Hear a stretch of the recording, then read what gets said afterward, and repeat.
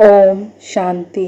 आज 23 नवंबर 1972 के अव्यक्त महावाक्य हैं। टाइटल है मधुबन निवासियों के सम्मुख बाप दादा के उच्चारे हुए महावाक्य। मधुबन निवासी शक्ति सेना अपने को सदा शक्ति रूप में अनुभव करते हुए चलते हो। गायन ही है शक्ति दल। शक्ति दल के कारण ही बाप का नाम भी सर्वशक्तिमान है। तो यह है सर्वशक्तिमान का शक्ति दल। शक्ति दल की विशेषता है सदा और सर्व समस्याओं को ऐसे पार करे जैसे कोई सीधा रास्ता सहज ही पार कर लेते हैं। सोचेंगे नहीं, ठहरेंगे नहीं। इसी प्रकार शक्ति दल की विशेषता यही है जो समस्याएं उनके लिए चढ़ती कला का सहज साधन अनुभव होगा। समस्या साधन के रूप में परिवर्तन हो जाए तो साधन अपनाने में मुश्किल नहीं लगता है, क्योंकि मालूम होता है कि यह साधन ही सिद्धि का आधार है। शक्ति दल को सदैव हर समस्या जानी पहचानी हुई अनुभव होगी। वह कभी भी आश्चर्यवत नहीं होंगे। आश्चर्यवत के बजाय सदा संतुष्ट रहेंगे। कोई सहज साधन हो, वह जो भी संबंध में बातें आती हैं वह अपने अनुकूल हो, इस कारण संतुष्ट रहें तो इसको कोई संतुष्टता नहीं कहेंगे। जो अपने संबंध में वह अपनी स्थिति के प्रमाण अनुकूल ना भी महसूस हो तो भी उसमें संतुष्ट रहें, ऐसी स्थिति होनी चाहिए। शक्ति दल के मुख से कभी कारण शब्द नहीं निकलेगा। इस कारण से यह हुआ। कारण शब्द निवारण में परिवर्तित हो जाएगा। यह तो अज्ञानी भी कहते हैं कि इस कारण से यह हुआ। आपकी यह स्टेज नहीं होनी चाहिए। सामने कोई कारण आए भी तो उसी घड़ी उसको निवारण के रूप में परिवर्तन करना है। फिर यह भाषा खत्म हो जाएगी, समय गंवाना खत्म हो जाएगा। 10-20 मिनट लगें वह 2 मिनट लगें, समय तो गया ना। उसी समय फौरन त्रिकालदर्शी बन कल्प कल्प इस कारण का निवारण किया था। यह स्पष्ट स्मृति में आने से कारण को निवारण में बदली कर देंगे।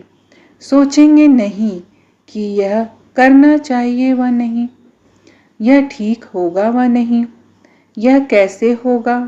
ऐसी भाषा खत्म हो जाएगी। जैसे मकान बनता है तो पहले छत डालने का आधार बनाते हैं, तो पहले वह समय था, अभी तो निराधार होना है। पहले यह बातें सुनने के लिए समय देते थे, पूछते थे कोई समस्या तो नहीं है, कोई संपर्क वाले विघ्न तो नहीं डालते। अब यह पूछने की आवश्यकता नहीं। अब अनुभवी हो चुके हो तो ऐसी स्टेज तक पहुँचे हो वह अभी तक यह बातें करते हो कि यह हुआ फिर यह हुआ। इन बातों को कहते हैं रामायण की कथाएं। यह हुआ, फलानी ने यह बोला। रामायण की कथाओं में टाइम तो नहीं गंवाते हो, अभी तक भी कथावाचक हो। रामायण की कथा भी कोई 1 हफ्ते में, कोई 10 दिन में पूरी करता है। ऐसी कथाएं तो नहीं करते हो। आपस में 1-2 से मिलते भी हो तो याद की यात्रा की युक्तियां व दिन प्रतिदिन की जो गुह्य बातें सुनते जाते हो उनकी लेन देन करो। अब ऐसी स्टेज हो जानी चाहिए जैसे भक्ति मार्ग को दुर्गति मार्ग छोड़ दिया ना। अगर भक्ति मार्ग की कोई भी रीति रस्म अब तक भी हो तो आश्चर्य लगेगा ना। वैसे ही यह बातें करना व इन बातों में समय गंवाना, इसको भी ऐसे समझना चाहिए जैसे यह भक्ति मार्ग दुर्गति मार्ग की रीति रस्म है। जब ऐसा अनुभव होगा तब समझो परिवर्तन।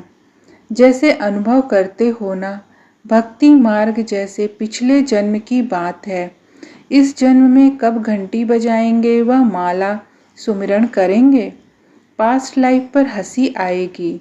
वैसे यह भी क्या है, अगर समझो किसी के अवगुण व ऐसी चलन का सुमिरन करते हो तो यह भी भक्ति हुई ना। जैसे बाप के गुणगान करना, सुमिरन करना, वह माला हुई। अगर किसी के अवगुण व ऐसी देखी हुई बातों का सुमिरन करते हो तो वह भी जैसे भक्ति मार्ग की माला फेरते हो। मन में संकल्प करना, यह भी जाप हुआ ना। जैसे वह अजप जाप करते रहते हैं, वैसे संकल्प चलते रहते हैं, बंद नहीं होते, तो यह भी जाप हुआ। एक दो को सुनाते हो, यह घंटियां बजाते हो, फलाने ने यह किया, तो यह है दुर्गति की रस्म। मधुबन निवासी तो ज्ञान स्वरूप है ना।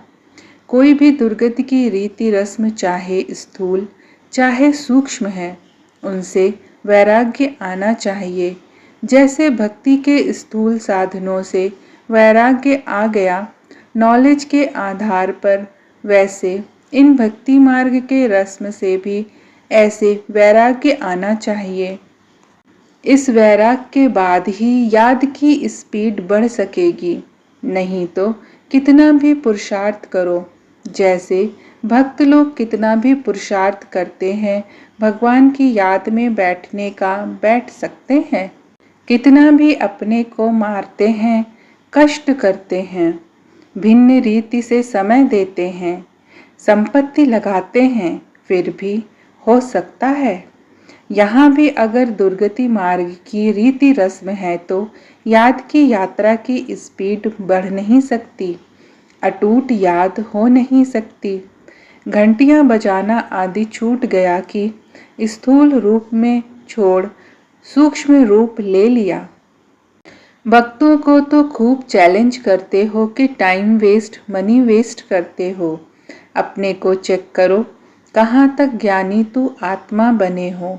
ज्ञानी तू आत्मा का अर्थ ही है हर संस्कार हर बोल ज्ञान सहित हो, कर्म भी ज्ञान स्वरूप हो। इसको ज्ञानी तू आत्मा कहा जाता है। आत्मा में जैसे जैसे संस्कार हैं वह ऑटोमेटिकली वर्क करते हैं। ज्ञानी तू आत्मा के नेचुरल कर्म और बोल ज्ञान स्वरूप होंगे। तो अपने को देखो, ज्ञानी तू आत्मा बने हैं। भक्ति अर्थात दुर्गति में जाने का जरा भी नाम निशान नहीं होना चाहिए।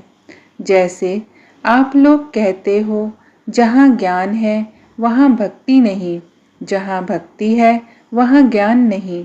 रात और दिन की मिसाल देकर बताते हो ना। तो भक्तिपन के संस्कार स्थूल व सूक्ष्म रूप में भी ना हो। ज्ञान के संस्कार भी बहुत समय से चाहिए ना।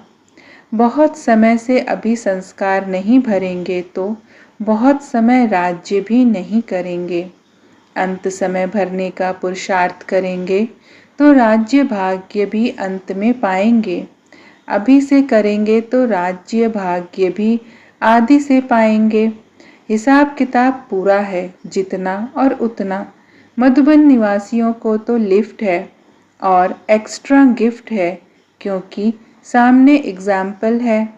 सभी सहज साधन हैं। सिर्फ कारण को निवारण में परिवर्तन कर दो तो मधुबन निवासियों को जो गिफ्ट है उनसे अपने को बहुत परिवर्तित कर सकते हो। सदैव आपके सामने निमित्त बनी हुई मूर्तियां एग्जाम्पल हैं। शक्तियों का संकल्प भी पावरफुल होता है, कमजोर नहीं। जो चाहे सो करें, ऐसे को शक्ति सेना कहा जाता है। यहाँ तो बहुत सहज साधन है, काम किया और अपने पुरुषार्थ में लग गए। मधुबन निवासियों से ही मधुबन की शोभा है। फिर भी बहुत लकी हो।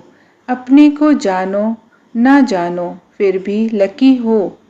कई बातों से बचे हुए हो। स्थान के महत्व को, संग के महत्व को, वायुमंडल के महत्व को भी जानो तो 1 सेकंड में।